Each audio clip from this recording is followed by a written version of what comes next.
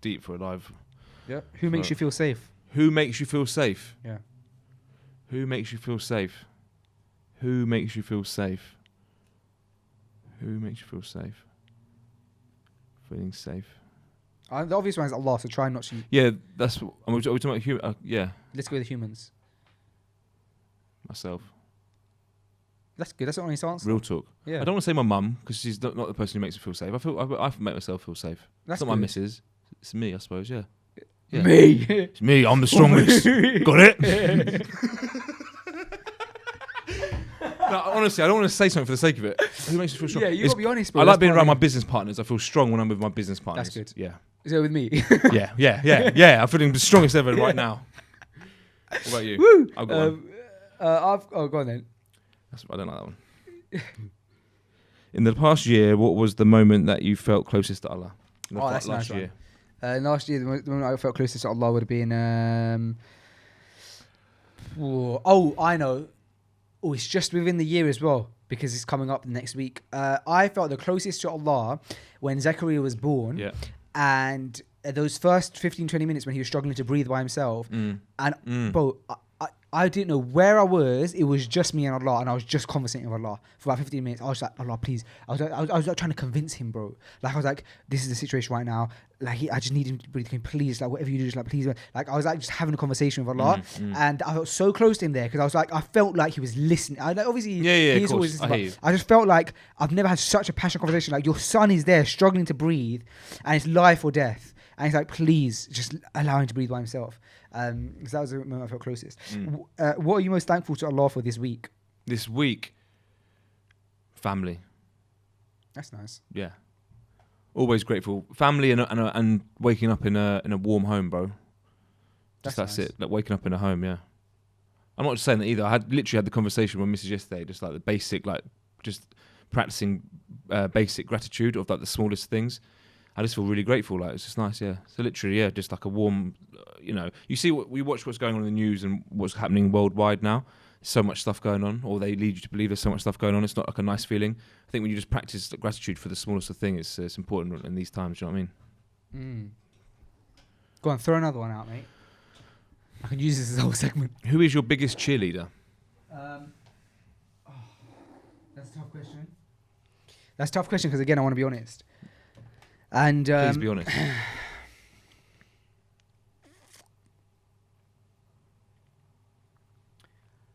Oh man, I want to say my biggest cheerleader is like in some elements I want to say Omar. I would not that I know. I would say Omar.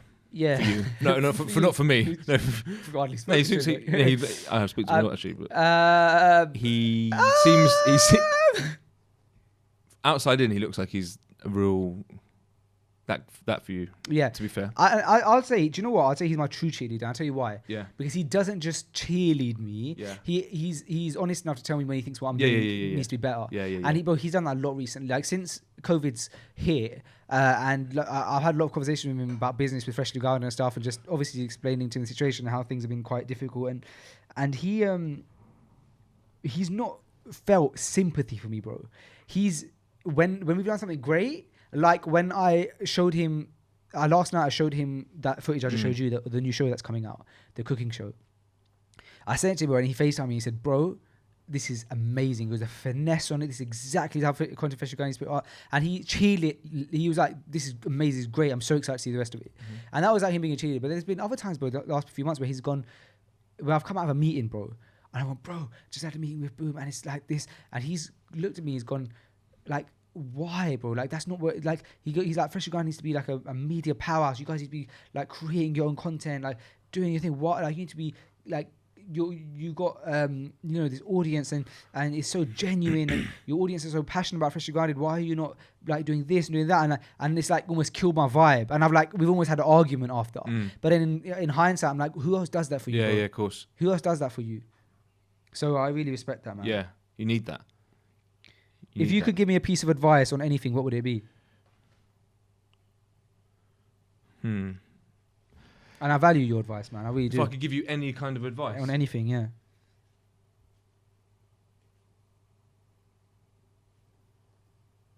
Just like I just said it, to be fair, just be grateful for the smallest of things. Be grateful for the smallest of things. Makes you feel really good.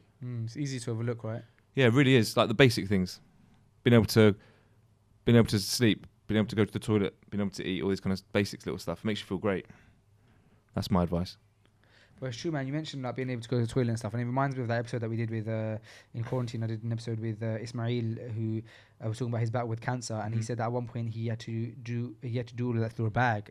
And it makes you realize. Yeah, of course, all these little things, man. Yeah. What are you overthinking?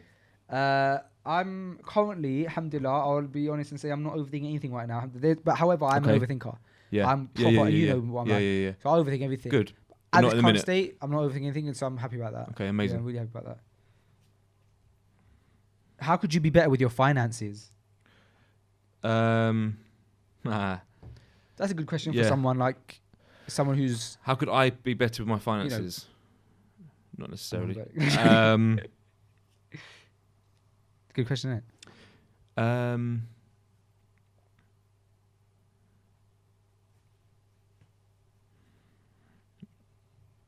Pay more charity.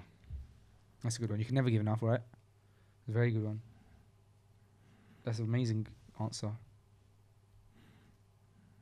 You picking a... Yeah, now I'm going to pick a specific one. You go on, it's your turn anyway. Yeah. But I'm going to pick a specific one that I think relates to you, that I think you need to open up about. What's your routine when you're angry? Oh, that's bad, man. It's not good. Yeah. It's not good. It could definitely be bad. I could tell you what it needs. It needs patience. It needs me to be able to leave. But that's not answering the question. That's avoiding the question. If I was to say what my routine currently is when I'm angry, it's probably like making my feelings heard, and that's not good. You shouldn't do that when you're angry. So certainly. not making feelings heard as in I'm not screaming and shouting. I'm not physically violent or anything like that. Yeah. But it's like if I'm frustrated / angry, it's like someone has to know. Yeah. So I'll explain it. Yeah. But you know what, bro? Every time I do that, I regret it, and I think to myself, that was the time where I was meant to have sabr for Allah and like only explain my situation to Allah. Because what happens is you go, oh, I'm just frustrated at this, and you just sound like you're being moany. You say the wrong things. Yeah. Because you don't mean it. Like you start adding things to it. I know. It's pathetic. Yeah, certainly.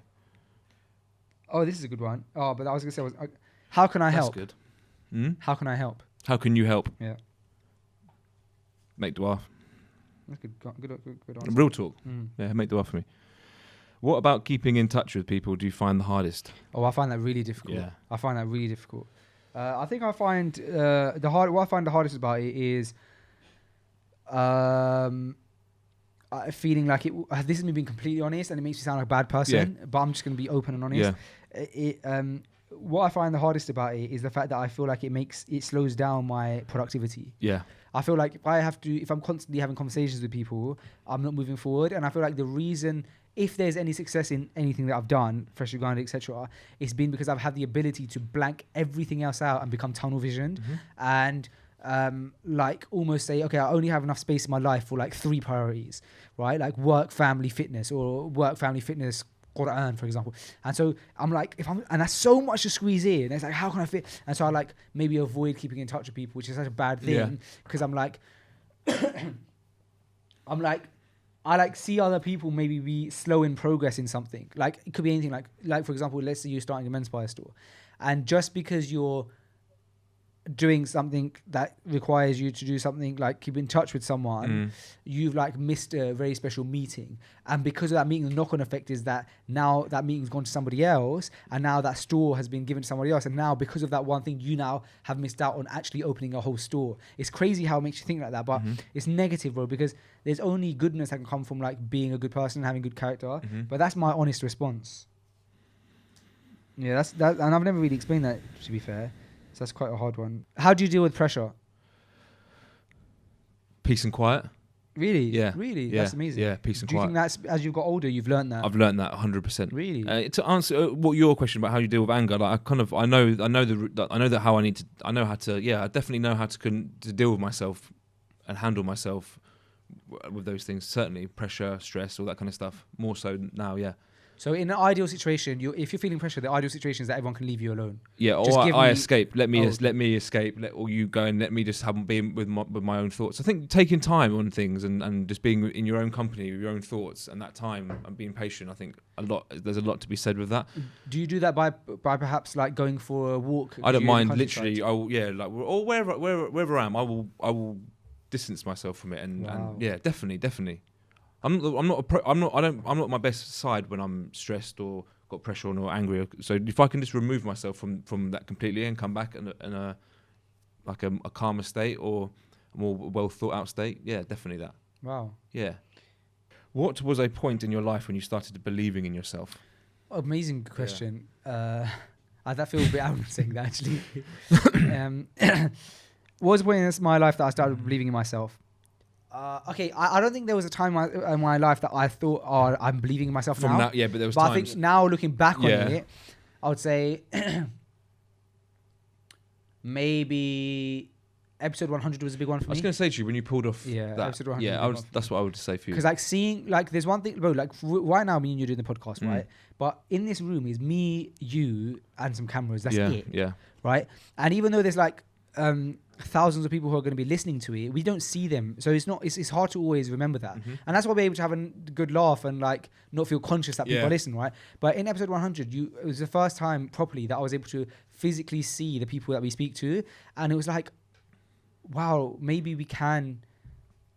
Because at the time I was working, I wasn't even doing Freshly Grinding full time, I was struggling.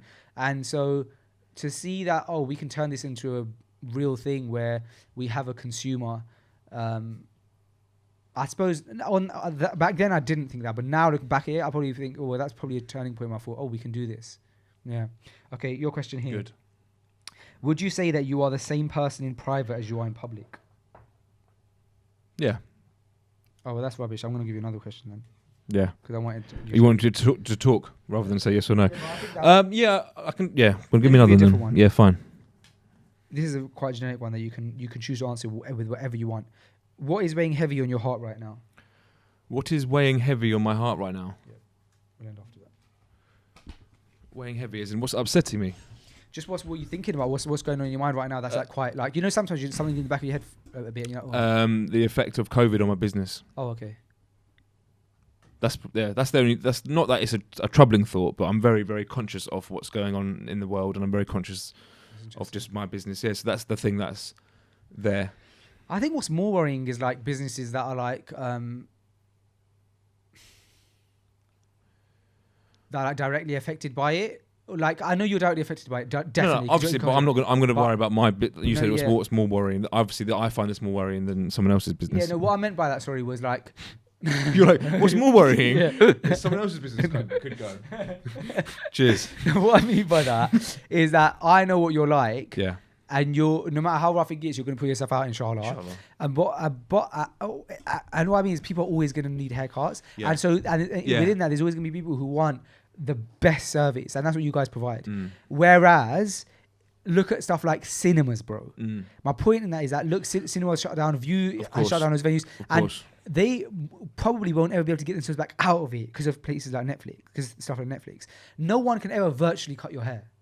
Yeah. Do you see what I'm saying? No, as worrying as it still is. I'm with you on that. And I know that even like, for example, going into the future, I don't feel like our job can be replaced by anything other than us. And I'm confident of that. But I've obviously seen a huge difference in a massive difference. And obviously the decrease, like dramatic decrease. And obviously what's going on with everyone else, there's just it's very, very different.